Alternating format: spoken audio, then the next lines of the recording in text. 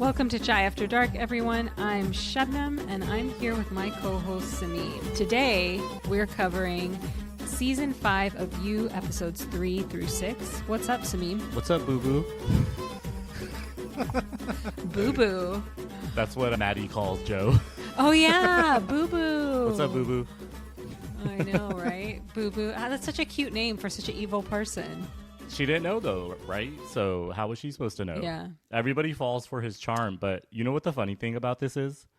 I call What? Sophie boo-boo. I've been calling her boo-boo since she was born. That's hilarious. It's like chilled out a little bit, but I still call her boo-boo, Yeah. like maybe when she's going to bed or something, but it's not as consistent as it used to be. So when I first heard that, I was like, what the fuck? That's funny. No, and now that you say it, I feel like I've heard you call her that. Yeah. Yeah. And then, Yeah. because when he walks into the dungeon and she's like, boo-boo, you know, Yeah. I'm like, what the fuck? It's not even her love interest. So it's kind of cute, I guess. It's supposed to be endearing. Yeah, she's just that kind of person that talks like that with everyone, you know. Yeah. I mean, I'm cool with it. No ex-sister-in-laws here called me boo-boo. So good for Joe. Yeah, I know. No, it's weird because Anna Camp plays both Yeah. the twins, right? Reagan and Maddie. And they're supposed to be complete opposites. Maddie's supposed to be like cotton candy and Reagan's supposed to be like nails on a chalkboard, Yeah. you know? And it's really kind of crazy because she's so kind and lovey-dovey and she wears pink and she's really cute. And then Reagan just is a bull in a china shop emotionally to everyone, including her kid. It's kind of sad. Yeah. She's like a killer. Like she says what Kate is, but that's actually what Reagan is, right? So Reagan is completely insane, but she keeps calling Kate the daddy's girl, the one that was always be CEO. So Reagan is so jealous, right? I don't know if so full disclosure, like Shabnam said, we're doing episodes 3 through 6. I have not watched episodes 7 through 10. So that's where we will lie. And Shabnam, you have, right? You watched the whole thing? I did. I watched 7 through 10, but I'm not going to give anything away. We're going to save that. Really into this, dude. Please. Yeah. No. Yes. So basically where it starts off is Joe has Maddie captive, right? That was the end of episode 2. Yeah. And so Joe and Bronte end up going to like a spoken word event and they meet her ex Clayton, who goes full asshole on her. And he's sex shaming her. He starts reading this old poetry of hers. And then of course Joe comes in to comfort her and he starts obsessing about her more, like surprise, surprise, just like, you know, Joe's being Joe. They don't do a lot of different stuff in this season for the first 6 episodes. Yeah. It does change, but yeah. I mean, he comes in, he's like, we used to fuck. And I'm like, okay, well, Joe's going to kill this guy. Thank you for setting this up. Like, we didn't know that. It was just the most obvious thing. And lo and behold, I don't even have to watch the rest of the series because he gets killed off in episode 6. So it's true, right? Yeah. It was crazy. interesting. He's like, we used to fuck. Like, and we got to say the spoken event that they go to, whatever shit that they made up that Bronte wrote, that shit was hilariously bad. Like they went full into the display. It was such a bad reading and she's like crying and shit. Good for them. They're amazing actors. But okay, have you ever been to spoken word events? They usually aren't that great. It's like open mic night. Like you might get a few good people and a few like and a bunch of not good people. Do you know that I bombed 2 weeks ago and Sophie went and told everybody? So I didn't want you to take that as an attack, but that's like, hilarious that Sophie told people. Yeah, this is like too quick. I went and then we went to the San Diego Music Awards last week. I think I was telling you. And then the day before we were at musical performance with my friends that invited me to the San Diego Music Awards. But she goes and tells people, she's like, hey, Sameem and I came up with this script 3 minutes because the open mic is 3 minutes. And I went and did something completely different. I riffed. I didn't do my prepared set.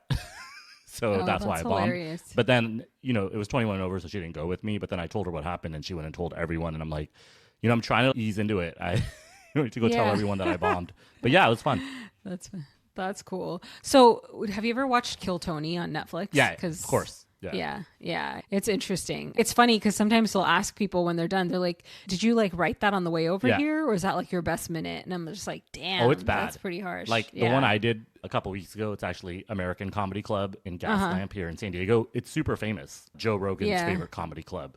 everyone gets up there and they just make gay jokes. Like the whole time they just make gay jokes and just there's other things to make fun of. It's wild how they go so into it because they thought that they couldn't. So now they have to go anti-woke. The comedy is hilariously bad, is what I'm trying to say. Interesting. Weird.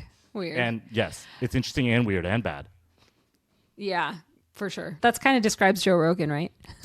I mean, Joe Rogan's not funny. He's not like, I don't want to say he's not funny, but he's not funny. Like the podcast. He's successful. He's successful, yes.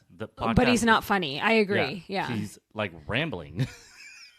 Of all the things he does, I think his stand-up is the thing he's the worst at, in my opinion. Yeah. I mean, it's not what made him famous. It was like Fear Factor and then UFC and then Joe Rogan Experience. But we're not here to talk about Joe Rogan. We're here to talk about Joe Goldberg. Joe Goldberg. Yeah. Oh, one thing I wanted to ask you before we move on. He was supposed to be dead in LA, right? His love Quinn kills him. How does he come back and still has his name as Joe Goldberg in the United States? Because Kate managed to like wipe his record and get him his name back. They don't fully explain it, but they basically say something like that. Yeah, it seemed like it was a pretty quick gloss over. So I was kind of, because when they're recounting everything, I'm kind of like, wait, this guy can't be around. Like they thought he was dead. And on top of that, like he was also suspiciously involved with a lot of murders. So, okay, well, good for him. The privilege continues. Go ahead.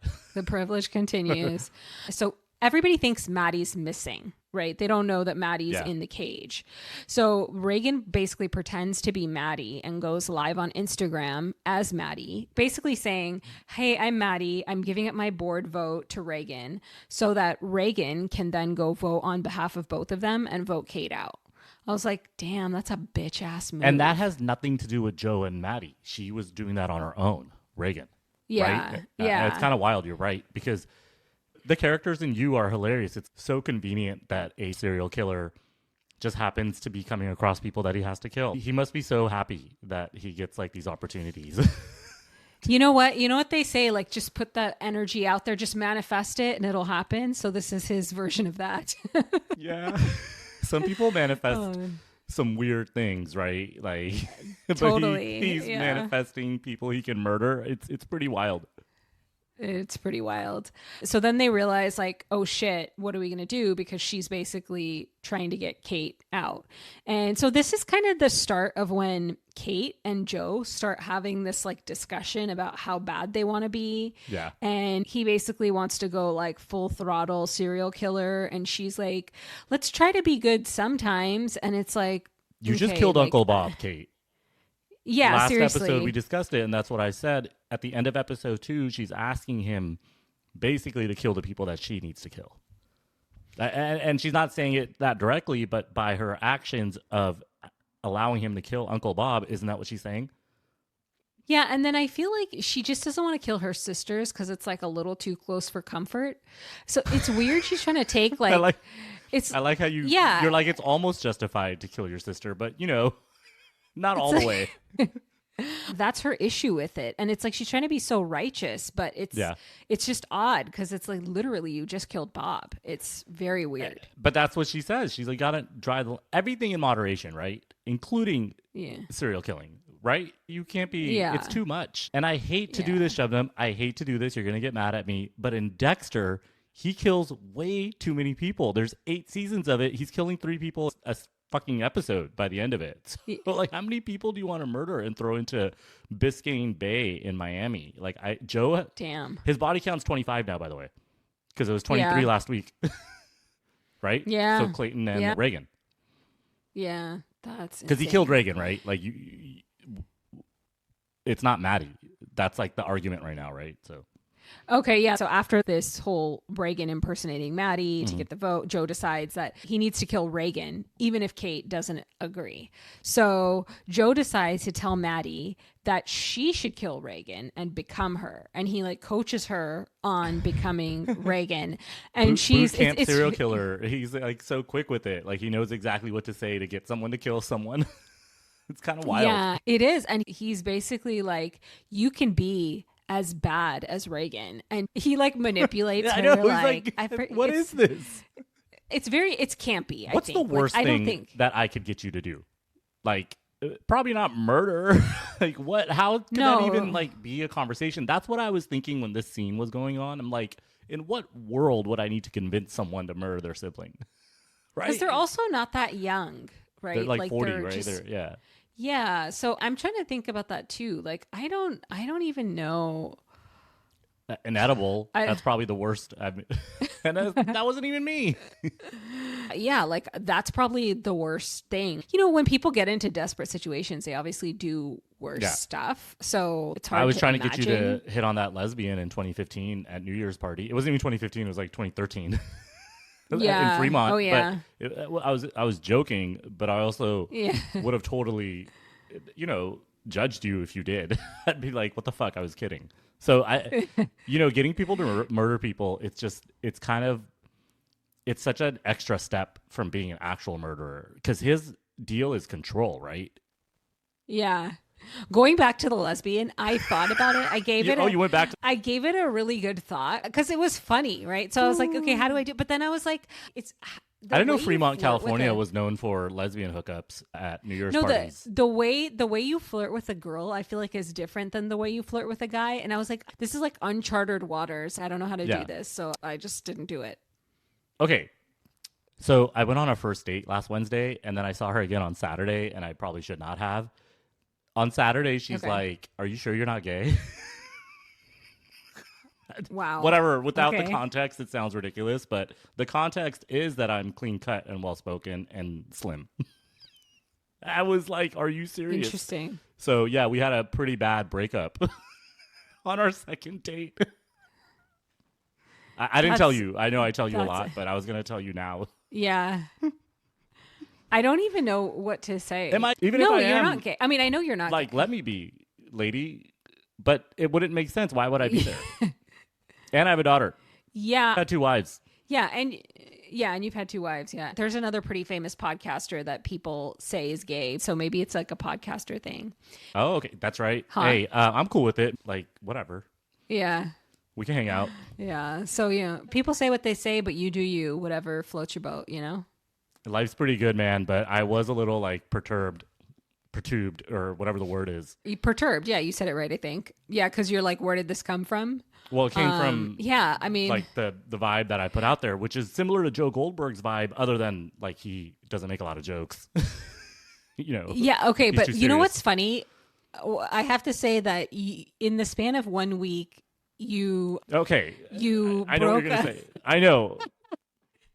You definitely had a girl that knew you weren't gay, and then there's a girl that thought you were gay. So, a lot goes on in a week, Okay, well, we're talking about you and Joe Goldberg, and this guy falls in love every 10 seconds. I didn't fall in love with anybody. I just want to put that out there, right? This guy falls in love with multiple women on the same episode. And for me, yes, last Tuesday before we recorded, I only had to go meet the other girl because I had already broken up with her 2 weeks prior. And she was very much like, can we meet for more closure? It was closure. It was, it was closure. I didn't tell you this part. She didn't give me any closure. Tuesday after the San Diego Music Awards, I got a text from her, and she kind of sent me a provocative picture, which we've never done, ever. Okay. And then she's like, I miss you. And I'm like, I responded the next morning. I'm like, I literally told you that I'm not interested a few hours prior. And then you sent this picture, and we have no history or basis of any sort of like flirting over text and sexual like innuendo even. So I had to break up with 2 women, and one I had to break up with like pretty profusely, like, leave me alone. Sorry, is that too much? Yeah, I didn't murder her like Joe Goldberg would have.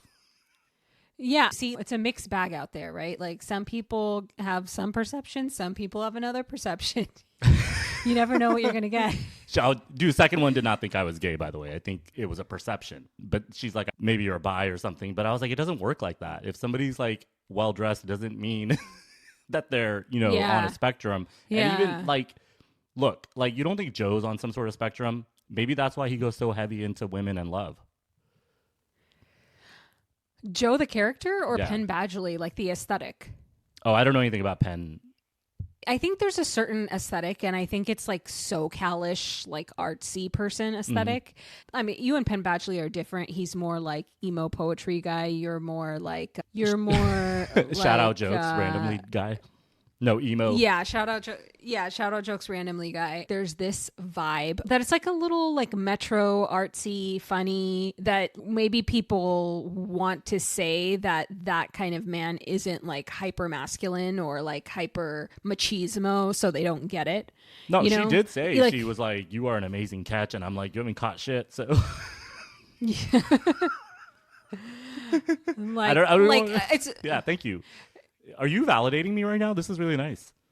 Well, and I'm just saying, like, maybe you didn't lead with all the sports you do, so she didn't think that you're like a jock or something. I know. I don't know what people Saturday night after we talked an hour and a half, I told her, I was like, I have a podcast, and then I play basketball a lot, blah blah blah, and she's like, you didn't tell me you had a podcast. She's like, you didn't tell me on Wednesday. I'm like, why would I tell you that? It sounds stupid. She's like, yeah, but your voice sounds like it. She's like, I thought that you were in radio or something, and I'm like, now you're just lying.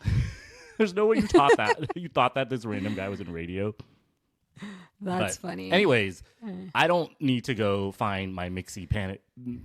What is it? That panic girl, Manic Pixie. That's what it is. What Bronte you're like literally panic. Is. Yeah, I'm panicked now.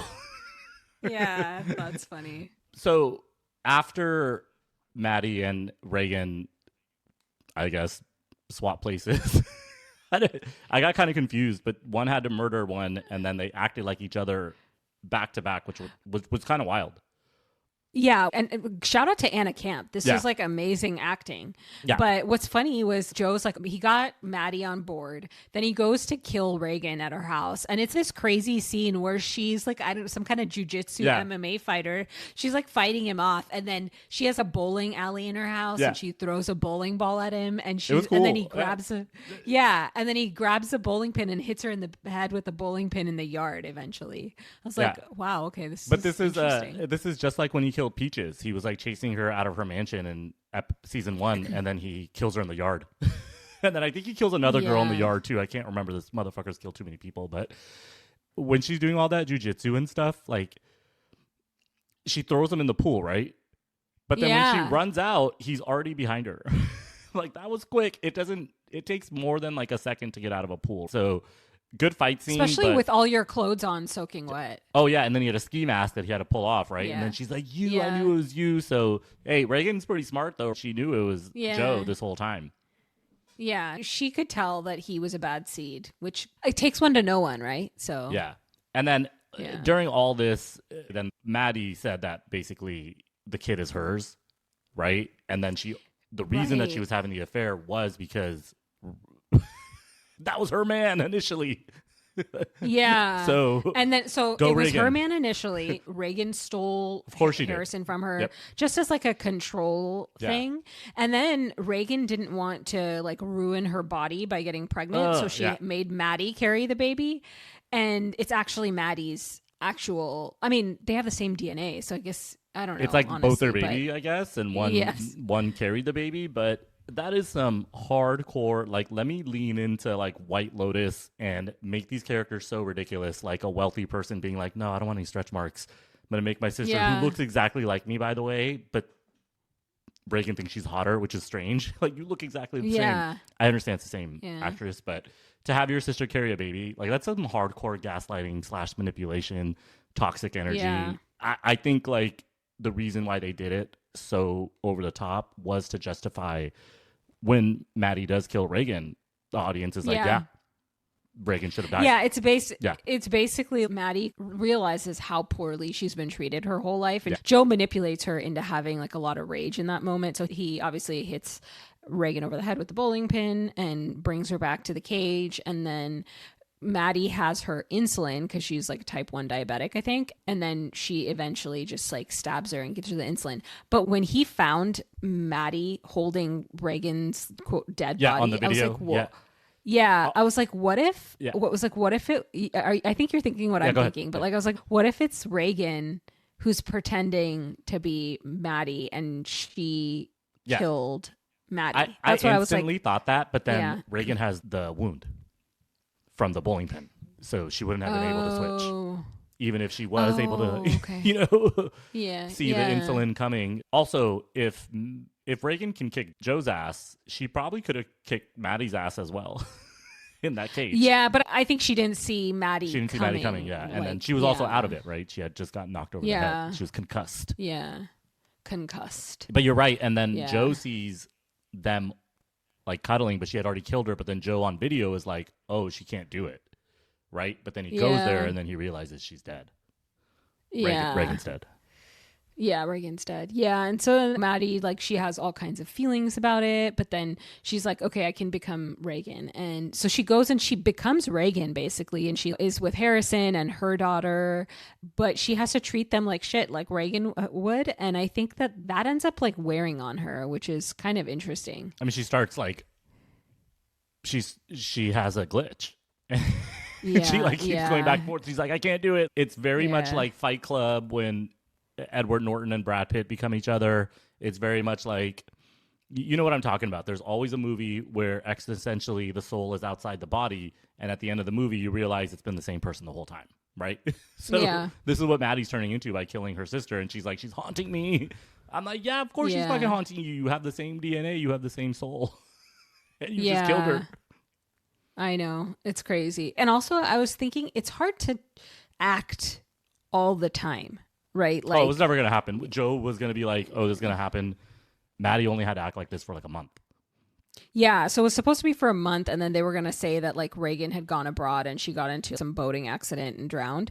But a month is still a long time to act 24/7. I can barely act right and now. And I don't think... do we act right all the time? There's no fucking way. Like, you know, human nature is what it is because things... You have to relax at some point. And I don't know. She's also not super strong-willed, it feels like. So, I don't know. Like, I feel like Reagan could have acted for a month. If she needed to, of course. But and this was something that Joe was put into, right? Like, he didn't want to kidnap Maddie, so it wasn't supposed to be like this. So I can understand the plan is really stupid for her to act like that for a month, but he was forced into it, I guess, but it's his fault. Yeah. So anyways, that's them. And then we see that there's like a bookstore reopening. So finally, like, Joe opens the bookstore because of course he has to do this whole like writer romanticizing thing with like Bronte and give her the bookstore to manage and all this stuff. God, I'm sorry, this is a little bit too much. Come on. I'm like, hey, on a second date, peace out. Essentially, he's like, hey, do you want a bookstore? Like, come on. Like, and an apartment? I know. I think some hardcore like desperation. But also, you were more motivated to be generous with people if you're going to kill them anyway. It's not like he was going to have her. But he never wanted to kill Bronte. This was legit. This is Joe being in love, even though he's already married, and then having like a fake affair that turns into a real affair. But he's not sincere and farsighted. So, like, I don't know. Whatever. He thinks he can do whatever he wants when he wants. So if he wanted the apartment for something else, like, I could see like kicking her out. Plus, nobody ever stays in his life for that long. She's gonna figure it out eventually if he doesn't kill her. This guy's got some serious abandonment issues, and we probably all do. Like, of course. But last Tuesday when I was breaking up with someone, she's like, "You hard played into my abandonment issues." She said that to me in person. I'm like, that's literally what a breakup is. Like, what do you blaming me for your abandonment issues? Yeah, like, also it's like, what are you talking to me about that for? Is that rude? Also, sorry, am I being like really like I shouldn't be this? No, like, you know, I'm not laughing in her pain or anything. Of course not. No, everybody has to take responsibility for their own choices, right? And I've been in this place too where I pick someone that's not really emotionally available, and it's like, why did I do that? Because maybe deep down at that time I didn't want a relationship, and I feel like that's kind of what she did, because it's not like you were like, I'm looking for a girlfriend. You never told her that, so you told her the opposite. You can listen to this podcast, and that's happened before too. Just for the listeners out there, I don't always put my love life out there, or lack thereof, apparently. But last October-ish, I did go on a date with someone, and she listened to 11 episodes in a row, and then came back and said, "It doesn't seem like you're ready for a relationship." So that's why I didn't tell the other girl about the podcast. Well, also that woman was a little bit older than this woman, and I think that's probably why she figured that out. Yeah, I get it. I'm equal opportunity offender, not offender, dater. Yeah. Okay. Joe's the offender here. You mean age-wise? You mean like as far as dating different ages of women? I'm going to no what comment you that mean? one, Right? but in my past, I haven't had a good track record. Yeah, but today, in today's world, yeah, I'm going older only. Okay. Like today, starting today. Okay, cool. I'll believe it when I see it. Hey, see, Joe, this is how you man. break up with women. You get a podcast and you publicly call them out without their names. You don't go murder them. Yeah, don't murder anyone. So then Clayton comes to the bookstore and picks a fight with Bronte. And yay, Joe gets to jump in and be a hero again because Joe wants to be a white knight and play this role. And then that makes him really, really horny. So then they go to the company and Maddie and the board have their board meeting, right? But Maddie's pretending to be Reagan, and Kate is about to resign because she's like, Joe, I don't want you to kill my sister. I'm just going to resign and give up, basically, and submit to Reagan. But right before she can do it, quote unquote Reagan, which is actually Maddie, is like, okay, I'm quitting. I'm taking a step back, and I am voting on behalf of Maddie and myself, and I'm turning over my shares to... She turns over her shares to Kate, right? Yeah, because Kate asked Joe, why did Reagan do that? I don't really understand what happened because they killed Uncle Bob. Then the adopted brother gets that board seat. And then Reagan is saying, I have Maddie's board seat. I'll see her in a few weeks, but she authorized me to vote with you all in favor. And then all in favor was for Teddy to join the board seat. That's what they were voting on. Okay. Because right. Kate didn't have to resign. She was about to. Yeah, so Kate doesn't have to resign. And so then Kate basically runs to Joe, who's basically lurking like a creeper watching this whole thing go down. Such a Succession thing, like the husband of, I forgot her name, but the daughter, the husband's always around, that goofy guy in Succession. And they give him an entire department to run. This is Joe, dude. Like married into wealth. He's just hanging around. Yeah.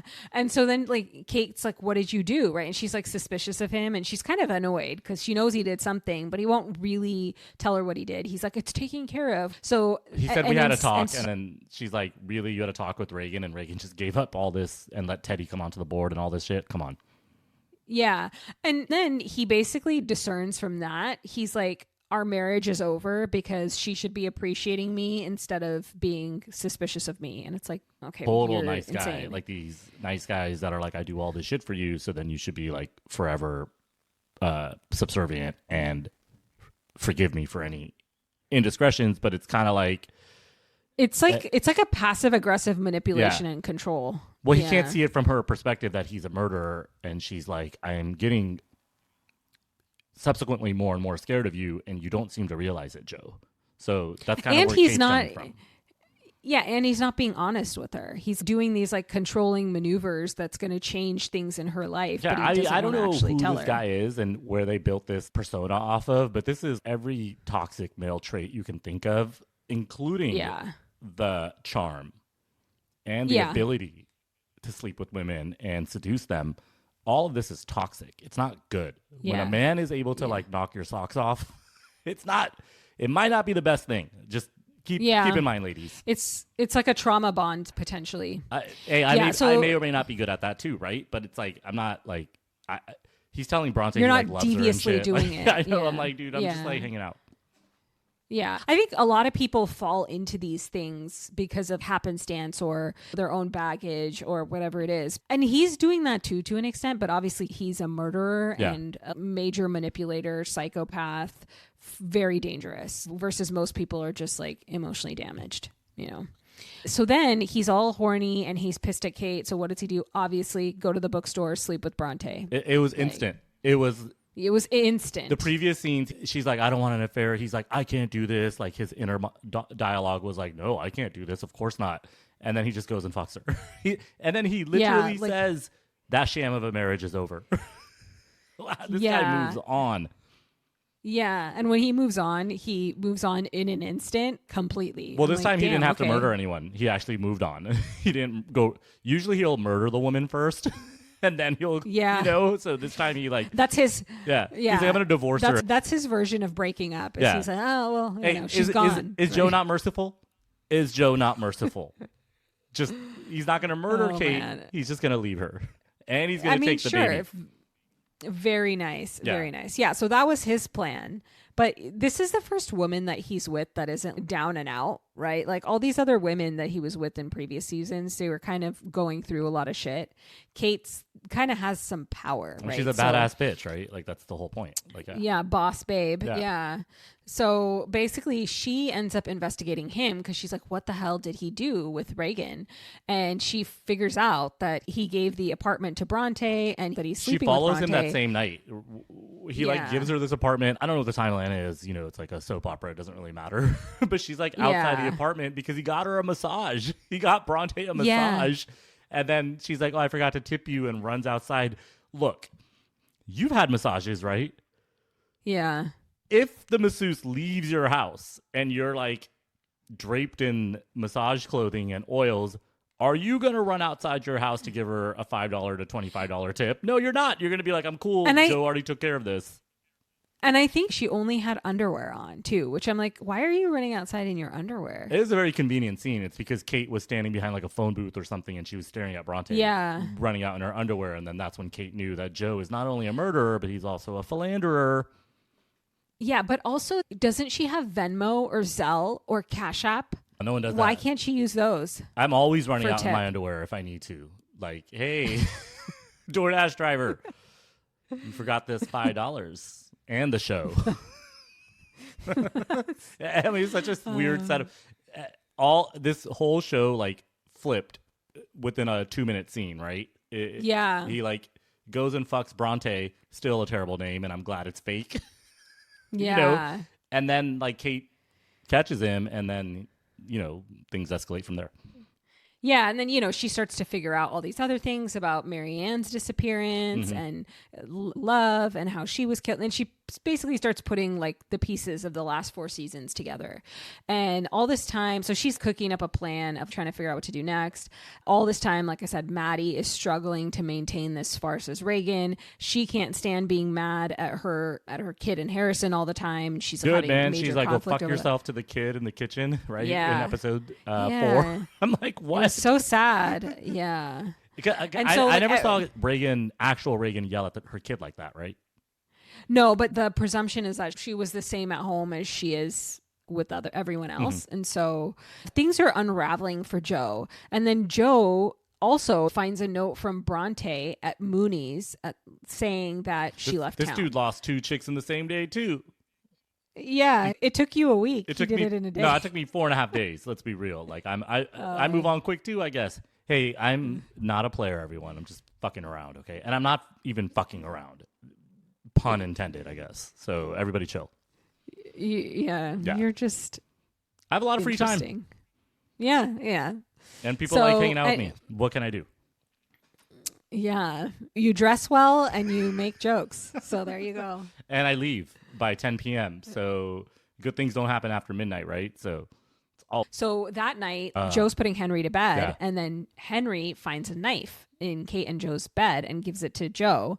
And Joe's like, what the hell? Like, she's obviously scared of me, so she has this knife. So then they have this whole fight, and she basically... But his fighting isn't fighting. His fighting is gaslighting. He's like... Yeah. Oh, you're scared of me? Oh, I'll just leave if you're scared of me. Like, it's such a fucking manipulation tactic. Yeah. And he's like, I'm helping you and you don't appreciate it. He's just totally gaslighting her. And she's like, you're crazy and I don't want to be around you. So he basically leaves, and then he's like, I should be going to Bronte, but Bronte's missing. So then he starts looking for Bronte like a stocky creeper, and he breaks into Clayton's apartment to do that.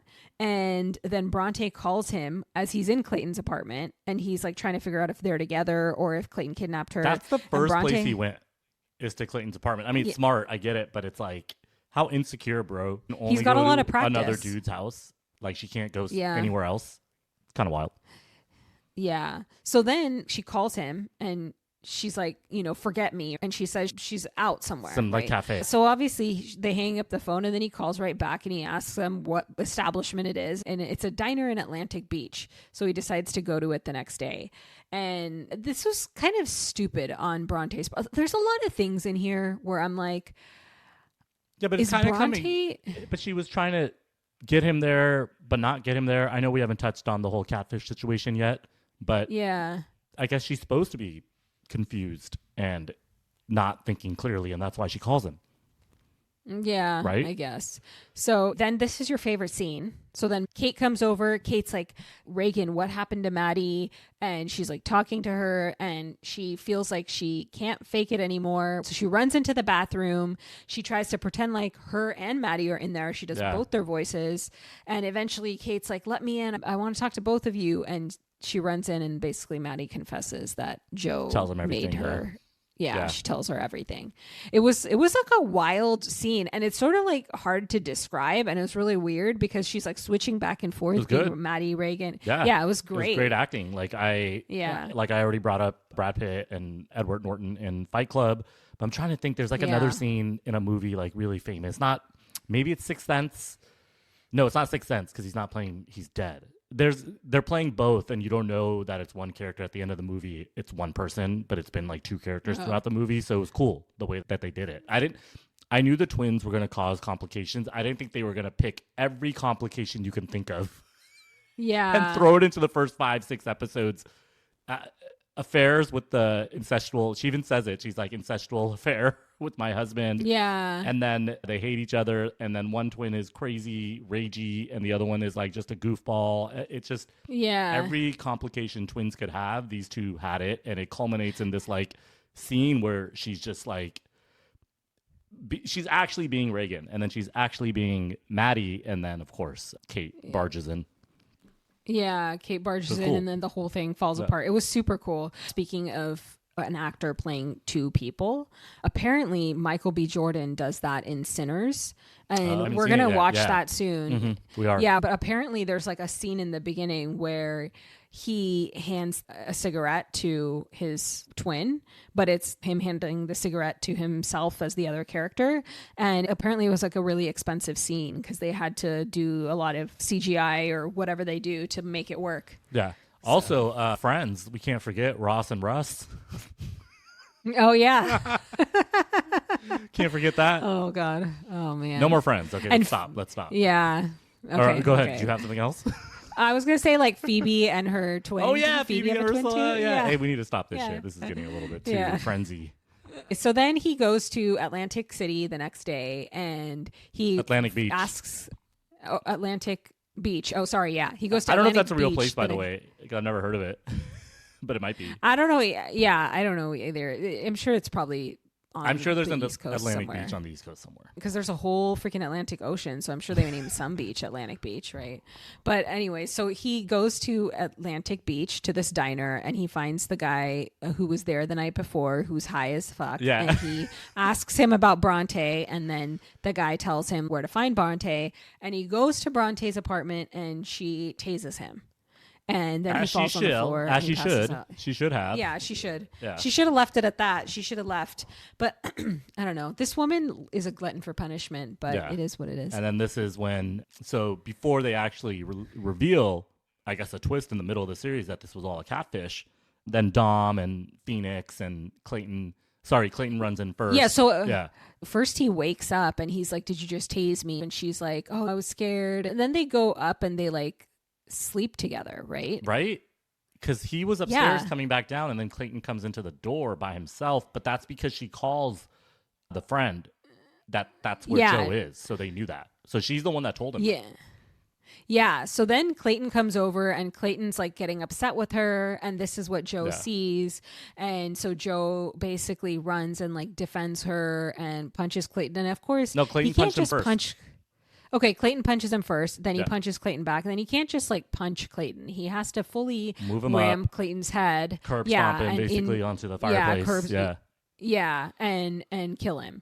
And then the other two friends, Dom and Phoenix, crazy ass names. Yeah. They're not that crazy, but it's so like hipstery New York. Really? Because I thought it was very Fast and the Furious.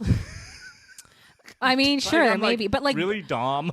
And then but Dom, Phoenix, and then Bronte. It's and like Clayton. Obviously, Clayton's like, well, that's his real name.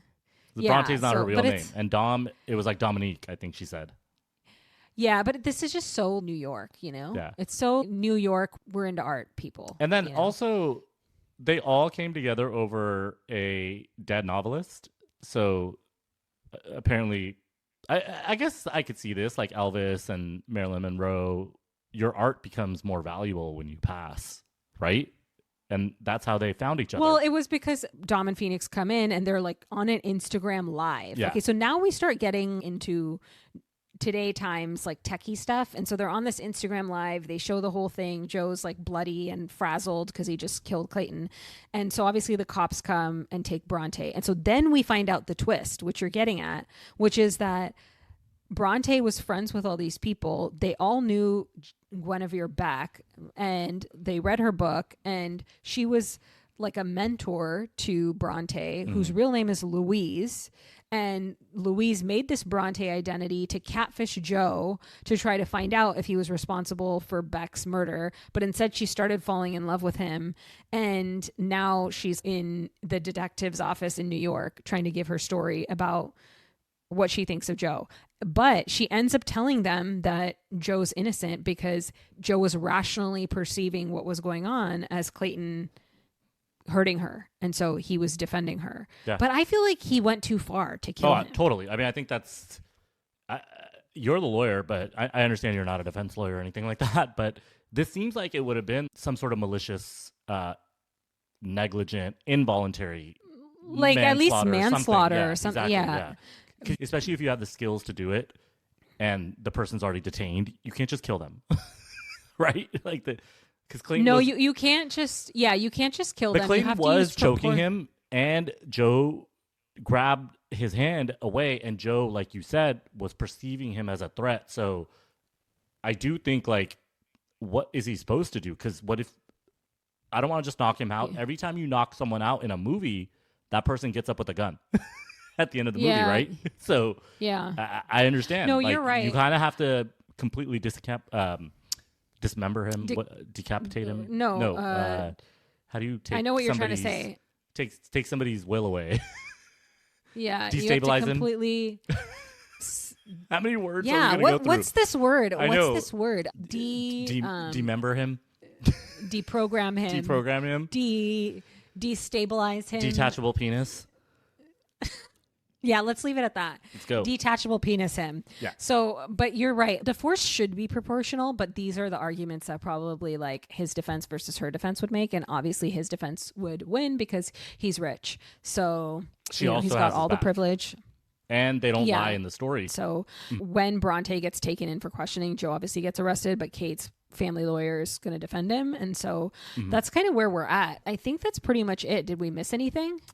No, the only thing is Teddy, he makes a great point, and I wanted to point it out because there's not a lot of diversity and representation on this show, but he's like, being complicit is there are consequences. Yeah, he kind of calls her out. And he's like, maybe not for you, Kate, but for me, Teddy, even though I didn't do anything, there's going to be consequences just due to me being complicit, because she wants him to be complicit.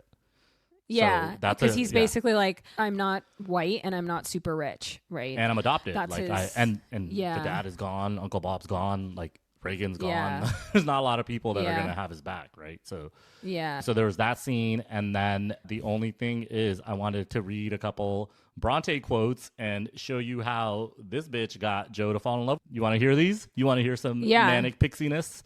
Manic, tell us how manic. Panic Mixie? Yeah. Tell us about the Panic Mixie quotes. So, I want to feel in control of my lack of control. And then he dips her, right? That was fucking stupid. Oh my God. It was very corny. And then this is what Joe says in return after he falls in love. What if it was you and only you? Okay. He goes and says that right after he leaves Kate. You know what I think? And I know this is hilarious, but we'll get into this more next time because the rest of the episodes kind of address this stuff more. But I started to think about it. If you're a girl with daddy issues, you ideally want to find a partner that will love you so completely and fully and like make up for your dad's love. And it doesn't work like that, because a person that loves you as an adult isn't supposed to love you like that. They're supposed to love you as a partner. They're not supposed to love you like all encompassingly, like a father should love a daughter. You know what I mean? Yeah. I feel like she's saying that, like, oh, I want to feel in control. That's what she wants. And that's not a healthy love in adults, I think. I think dating has changed a lot in the last 50 years. Like, it seems like what's going on is, because I have like met a good amount of women in the last 18 months or so, but only like literally I'm not really even dating, right? I'm like passing the time. Yeah. And it does become a trauma dump on day one. Yeah. Because we say it all the time, Shabnam, that boomers fucked us up, right? So it's being shown in these kind of ways. And I don't think a show like You could have existed in the late 80s because not enough of this trauma was out and about because boomers were still traumatizing people in the 80s.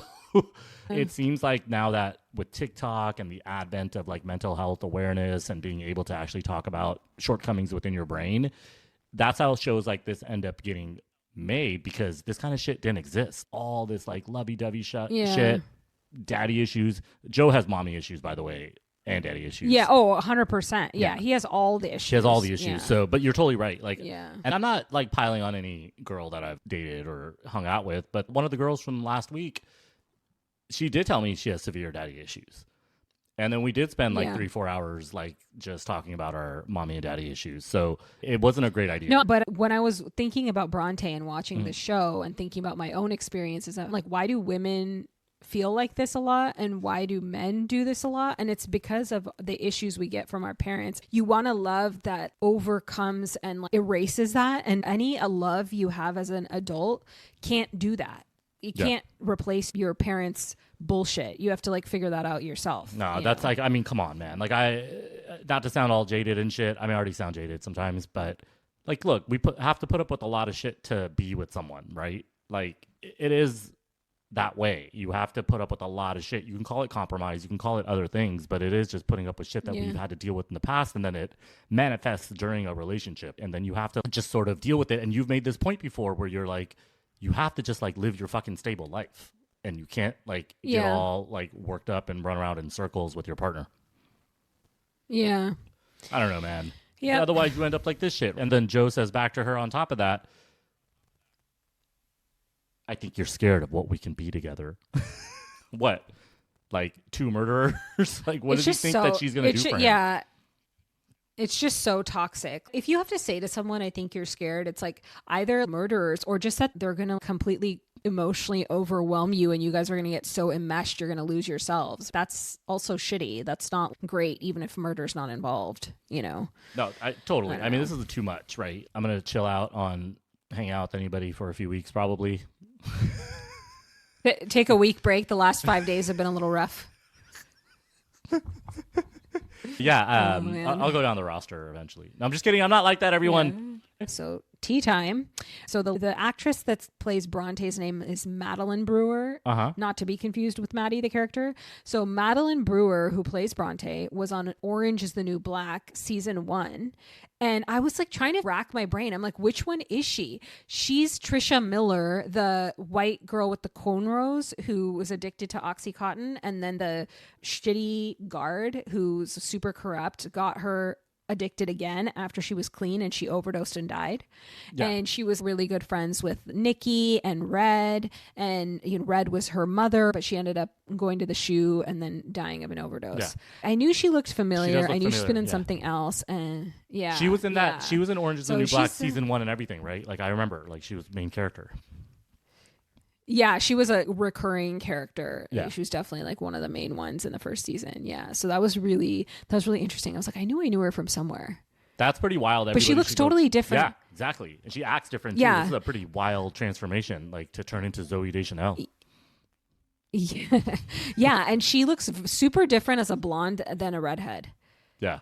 I mean, this is 10 to 12 years later, so that's presumably true. She looks different due to age as well, but that's wild. Orange, by the way, it was on Netflix, right? Orange is the New Black is that first streaming show that ever came out, right? On Netflix. It's the first streaming show. Was it on Netflix originally, or was it HBO originally? I'm not sure if it was like HBO. I don't think it was HBO because HBO didn't have streaming 12, 13, 14 years ago, did they? Oh, you're right, maybe. So it was Netflix. I think you're right. And it was a crazy time, dude. It was like the advent of our new lives, right? Like we weren't streaming and binging shows until 2012, and that was Orange is the New Black with our girl Bronte. Wow. Yeah. Go Maddie. Yeah. Real life Maddie. Yeah. Maddie Brewer. Who's hotter, Reagan or Maddie? Okay. Obviously, I'd rather be with Maddie. Like, because Reagan would murder you. Yeah. I just think Maddie's personality is hotter because she's so like fluffy and fun. Reagan, you never know what you're going to expect. So how could you even And get Maddie's in the excited role play, with her? don't forget. Joe. Yeah, exactly. And she can role play Reagan or Maddie. So you kind of get both with her, right? Yeah, Anna Camp is cool. I'm going to go check out what else she's been in. But she was in Mindy. You said she was in Glee, right? I think she was. Maybe not. It was a long She's time in a ago. lot of stuff. She's great. Yeah, she's super awesome. Oh, man. All Okay, right. well, you Should we head out? gotta go. I gotta go, You gotta go too. Yeah. All right. You need to go decompress from your 5 days of fun. Breaking up with women. It wasn't that fun, man. It was actually not that fun.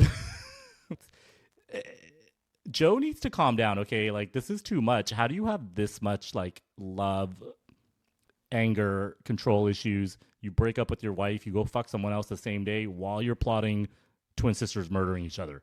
All at the same time. Okay, this about is it. some more tea. Did you ever watch Drew Pinsky's Love Addiction show? So Drew Pinsky used to have all these addiction shows on like VH1 and Yeah, MTV. I know what you're... Yeah. So I think Joe is a love addict, has impulse control issues, murder addiction. What if every serial killer is really just a murder addict?